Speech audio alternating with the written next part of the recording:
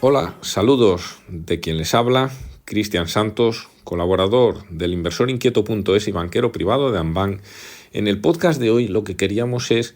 analizar qué lastres tiene el crecimiento de la economía española en los últimos años y qué medidas o qué reformas deben realizar los políticos de cara a mejorar la calidad de vida, la situación económica de nuestro país, dado que hay varias cosas que están pesando en terreno muy negativo durante muchos años. Son problemas estructurales que presenta la economía española y que llevan en muchos casos décadas sin afrontarse y de hacerlo y se ha hecho de una forma muy débil que no permite obtener unos resultados alentadores. El primer factor crónico es la tasa de desempleo, una tasa de desempleo endémica ya en nuestra economía que nunca ha estado por debajo de los dos dígitos desde el año 2008 y aún así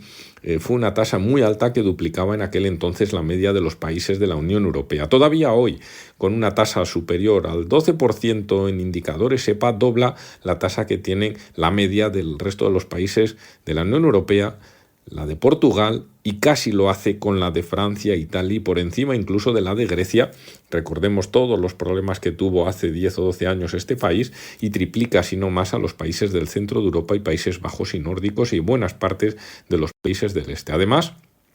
se puede constatar todos estos datos que estamos hablando,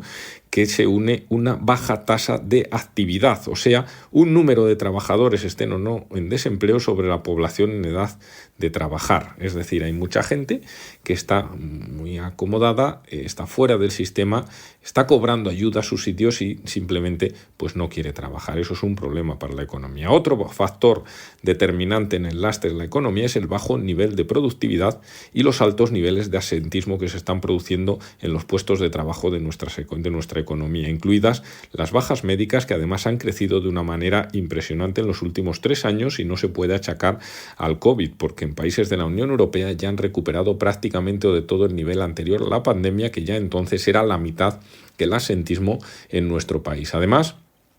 hay que enlazarlo, todo esto, con un bajo nivel de inversión en actividades de I+D e innovación en general en comparación con los demás países de la Unión Europea, aunque ha ido subiendo de forma demasiado moderada en los últimos años,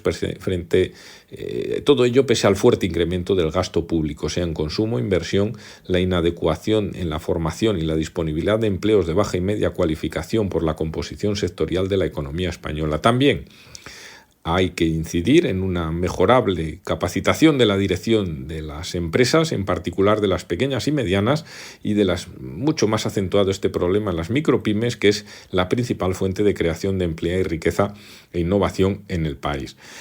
Otra magnitud que hay que estudiar a la hora de todos estos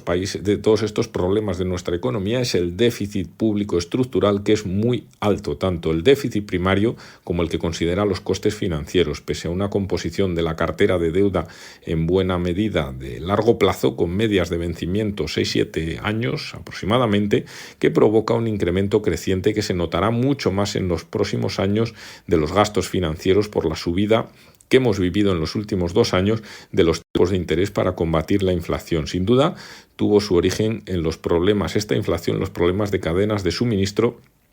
y de los precios de las materias primas, e indudablemente y sobre todo esa gran inflación que hubo que combatir desde el año 21-22 para acá es en la política monetaria tan laxa que hubo que aplicar desde la pandemia, con una gran expansión monetaria por parte del BCE, que financió los déficits de los países de la Unión Europea, todo ello para afrontar los problemas que generó en el año 2020 el coronavirus. La inflación está siendo muy resistente, está siendo muy correosa y coincide con las expectativas históricas en que la inflación es resistente a bajar, a ser dominada por la política monetaria, pese a las indudables mejoras y sus perspectivas de crecimiento futuro en la inflación mucho más moderadas de los crecimientos que vienen en los últimos años. Provoca una pérdida de poder adquisitivo esta situación en términos reales, que se va atenuando debido a las subidas de tipos de interés, pero en los últimos 3 años ha provocado una pérdida de poder adquisitivo en las rentas privadas por los sueldos,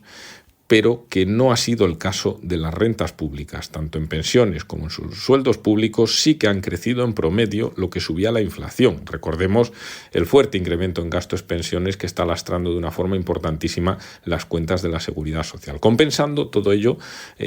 por tanto, la pérdida de poder adquisitivo y la merma de liquidez por la subida general de impuestos, tanto directos o indirectos, estatales, autonómicos y en las administraciones locales, y en particular por el efecto de la subida de impuestos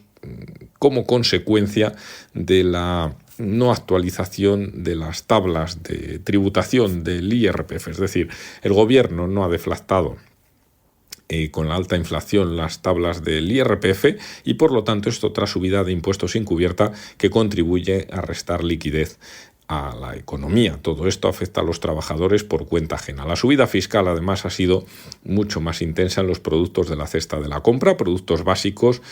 todo ello debido al incremento de las materias primas, de la energía, de los costes de transporte y otros que han incidido con mayor intensidad en las rentas medias y bajas.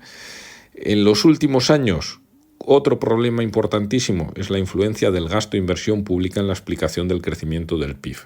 Es decir, gran parte del crecimiento del PIB de los últimos años se explica por la inversión y el gasto público. Más allá de los años de la pandemia 2021, este comportamiento ya se notaba con mucha intensidad en las cuentas del año 2019, se continuaba luego en el 22 y el 23, lo que llevamos de 24, aceptando que las administraciones públicas están sustituyendo, no supliendo, en una medida no recomendable la actividad del sector privado, que sería el que debería tener el mayor peso en el crecimiento económico del país, porque no nos olvidemos que son los generadores de verdad de riqueza. La otra parte, que es el sector público, son normalmente generadores de gasto, de inversión, pero no de crecimiento económico. En mayor medida de la necesaria. Está sustituyendo todo esto, como decíamos, en mayor medida de la necesaria fuera de periodos de fuerte contracción económica cíclica o por shock de oferta y demanda, situaciones donde sí que debería influir el sector público para cubrir lo que no puede hacer el sector privado. También se traslada la creación, estos datos del elevado peso del gasto público, se traslada a los números de empleo público. Ha crecido mucho más que la creación real del sector privado, pese al incremento de cotizantes de la Seguridad Social que se está viviendo desde el año 2019. Ha sido en números más de 1,8 millones, de los que más de 800.000 han sido empleos públicos, nivel elevado por su parte de deuda pública en una economía como la española, más de 1,5 billones de euros está arrastrando de deuda pública, y todo ello pese a los efectos beneficiosos que tiene el pertenecer al área euro. Solo esta situación ha disminuido en términos relativos del PIB como consecuencia de la inflación. Un efecto de disminución de su valor relativo en términos de PIB por el incremento superior en términos nominales, no nos olvidemos de la situación. Suma de crecimiento real e inflación fue alta en 2021, muy alta en 2022, 2023 y de nuevo, a pesar de que se está moderando la inflación, será a tasas altas en el año 2024, junto a una deuda que en los últimos 10 años ha aumentado a niveles terroríficos. Más de 400.000 millones de euros, el gasto público supera con creces los 600.000, entre todas las administraciones. A todo ello, hay que añadir el problema que tenemos con la población, crecimiento vegetativo negativo, que solo puede ser compensado mediante la entrada continua de población inmigrante que estamos viviendo, pero el problema es que esta población inmigrante está ocupando empleos de baja cualificación que los nacionales no demandan, pese a estar en desempleo casi 3 millones de personas. Incluso esto ocurre, con casi 2 millones de personas cobrando desempleo. ¿Cuál es el reto que se enfrenta la clase política, la clase dirigente de nuestra economía en general en este país? Pues es combatir esto mediante reformas económicas que sean reformas coyunturales y estructurales pausadas, mesuradas, negociadas entre todos los grupos políticos para que no haya temas ideológicos por el tiempo o por el medio, ya que estas reformas no se van a corregir en una sola legislatura, han de ser continuas en el tiempo, años de intensas reformas, y se deja sentir sus efectos en los próximos trienios, quinquenios, decenios, como vemos, reformas de muy largo plazo, de forma que así baje el desempleo, suba la población activa, baje el déficit público y la deuda en términos de PIB, pero también en términos absolutos. Todo esto generaría una situación de confianza en la economía española, con lo cual nuestro nivel de crecimiento de satisfacción sería mucho mayor. Con esto no tenemos más que emplazarles para la próxima semana. Un saludo a todos.